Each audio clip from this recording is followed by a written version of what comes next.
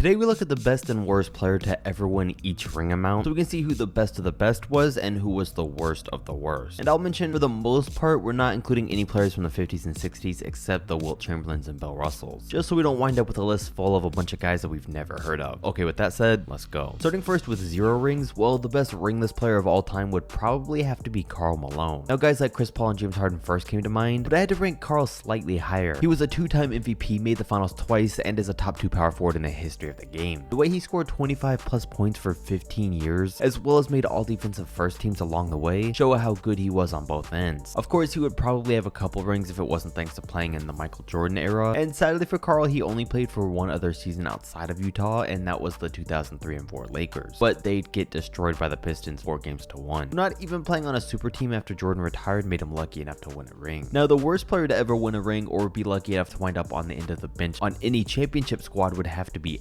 Anthony Bennett. Now, I understand he's not the worst NBA player technically. There's several guys out there that have probably only played a couple of games in the league, probably never scored, and you could consider them the worst. But just for Bennett's story and how bad he was after going first overall, a lot of people, myself included, just like to refer to him as the worst player of all time. Moving on to 1 ring, some of the top guys to ever only win a single ring are guys like Jason Kidd, Dirk, and Kevin Garnett. But overall, I'd say the best is easily Giannis. And of course, this is only going to be accurate for a limited time, because there's a good chance he wins another one before it's all said and done, especially with the Bucks about to be at 100% again this year. I mean, there are a lot of people's favorites to win it all in 2023, but we'll see. And for Giannis, he's a guy that always is an MVP and Defensive Player of the Year talks, so he was an easy pick for the best with 1 ring. The worst NBA player of all time with just a single championship was former NBA player Sun Yu. On paper, his career makes you question how he even made the NBA, but when you realize he was a 6'9" shooting guard that was a pretty good passer, it makes sense why a team would want to take a chance on him. It just didn't pay off. Sun was a part of the 2008-9 Lakers, but he only played 10 games and averaged 0.6 points and 0.2 assists in 2.8 minutes a night before he was sent to the G League, where he really stepped it up to averaging 0.8 points a game. And for some reason, the Lakers reclaimed him to their NBA roster just in time for the playoffs, where he never played a single minute. But since he was a part of their team, he got a ring and is considered an NBA champion. Now we're looking at the best players of all time to win just 2 NBA championships. And you know, this is a level where stars prove that it wasn't just a fluke that they won a title, and that they're the real deal. Some of the top guys include Kawhi Leonard, Ray Allen, Kevin Durant, Hakeem Olajuwon, and Isaiah Thomas. And guys like Hakeem and KD came close to taking this spot due to the fact that they're always right outside almost everyone's top 10 players of all time. But Wilt Chamberlain also has 2 rings in the NBA, and he's 95% of the time inside people's top 10s, and for good reason. I mean, it's still weird that Wilt was so dominant like he was, but only won 2 championships. Sure, he played in the Bill Russell era, but he went 2-4 all time in the finals and only played against Bill twice, so it wasn't even that. Either way though, Chamberlain was without a doubt the best with 2 rings. On the other hand, the all-time worst is easily Adam Morrison, but the dude's a living legend. He was drafted 3rd overall, only played 3 seasons in the NBA, but won a title in 2 of them. But the bad part about it is, well, he played for the 08 and 09 Lakers, but barely ever touched the floor in each of those entire 2 seasons, and only played at all in 2 playoff games throughout both of LA's 2 championships. For a player whose career turned out so poorly, he really did get kinda lucky. When we move over to 3 rings, honestly, not a ton of big names come up. Only Dwayne Wade, Larry Bird, and James Worthy as the notable stars. Obviously with Larry Bird being the best. But it's just weird to find out that most guys that won 3 titles were either just bench guys that didn't do much or role players for these dynasty teams like the Warriors or the Bulls. But Larry Bird was the guy that led his Celtics all the way through their 3 titles and fought hard to get past Magic Johnson and Kareem. Boston even made the finals 4 straight years at one point, playing the Lakers in 3 of them and winning 2. So Bird finished his career off with a 3-2 finals record, which really isn't all that bad. And Bird was one of those guys that really made the difference on his team, leading them to 60 wins in his rookie season and winning a title in his 2nd. As for the worst player with 3 championships, like I mentioned, we have a lot of bench and role players to choose from here, but I'd say the worst of the worst is probably Patrick McCaw. And at first, he was pretty lucky getting picked up by the Warriors in the draft in 2016, which meant that he won a championship in each of his first 2 seasons. But then he declined to return to the team, joined the Cavs, got waived, then joined the Toronto Raptors in 2019 halfway through the year, who of course then won the title that season. So the man was 3 for 3 on NBA championships, winning 3 in a row, becoming only the 7th player to ever do so. The best to ever do it with 4 rings is without a doubt LeBron James, and this is the tier with the true champions of the game. Guys that are or were a part of some all-time great teams. Guys that cracked the code of what it takes to be a real champ, which is why Steph Curry, Shaq, Klay Thompson, Draymond Green, Robert Parrish, Tony Parker, and Manu Ginobili all have 4 rings. But again, LeBron's the best from this amount, even though he's got a pretty sad 4-6 finals record. The 10 finals are great, but more losses than wins isn't good. While the the worst from 4 championships is without a doubt Will Perdue. He was drafted by the Bulls and played as backup center during Jordan's first three-peat. Well, then he was traded to the Spurs for Dennis Rodman, and he was now David Robinson's backup when the Spurs won the title 4 years later, which won him his 4th ring. And that's pretty good for a player that mainly only came off the bench. He just ended up in the right place at the right time. Now at 5 rings, the list of players are just getting smaller and smaller as the ring amounts go up. And with this amount, you just gotta be extremely lucky or extremely good. And of course, Magic Johnson was extremely good, which is how he won 5 NBA titles. But he also had a little bit of luck on his side too, with him getting to play with Kareem for all 5 of them. Other guys with 5 rings include Kobe Bryant, Dennis Rodman, and Tim Duncan. As for Magic though, he dominated his era like very few others, making the NBA Finals 9 times in his 12-year career. To make the finals in 75% of your seasons that you played is something we've only ever seen done by Bill Russell, and it's why without a doubt Magic's the best with 5 championships. While the worst is Steve Kerr, and Steve wasn't a bad player at all. He was just the worst that we had to choose from, and he got lucky. He got on the Bulls just in time for their 2nd three-peat, which he was a pretty good contributing factor to. MJ retires and he gets moved to the Spurs, who instantly won the title the next season, now giving him 4 in a row. Well, 3 years later the team trades him to the Blazers. He plays there for 1 year before they trade him back to San Antonio in 2003, who goes on to win the title that year too, which now gives him 5. And it doesn't count for the video, but now after winning 4 more with the Warriors as their head coach, he's got 9 rings and just needs 1 more to fit on every single finger. For 6 NBA championships won, the spot for the best player of course goes to Michael Jordan. And of course I think it could have been 8 if not for his first retirement, and could have been 9 or 10 if not for retiring early the 2nd time. But then again, who knows if his body would have been able to hold on for that long with that schedule, but it's fun to think about. Well, the worst is Scottie Pippen, since the only other options were him or Kareem, since we're not including 50s players. So yeah, obviously Scottie took it. Now surprisingly, there's still a few players with 7 NBA championships, and even more surprisingly, none of them were stars. And I say we're not doing 50s and 60s players, right, as I have no choice but to start including them because with this amount of rings, the selection gets so limited. The 3 are Robert Horry, Jim Loscutoff, and Frank Ramsey. So I'd say the best from this one is Robert Horry, and the worst is probably Jim something. While at 8 rings, we're now getting to all the dudes that played as part of the Bill Russell teams and just got lucky enough to be his teammates for so long. So the best from 8 rings is John Havlicek, and the worst was a dude named Satch Sanders. And then for 10 and 11 rings, only 1 player has that amount for each, in Sam Jones and Bill Russell. So oddly enough, they take the spot for the best and worst from those ring amounts. Hopefully this gave you a little bit of insight into the true luck and true skill that really goes into NBA championships and championship teams. If you enjoyed the video, like, comment, and subscribe, and I'm out.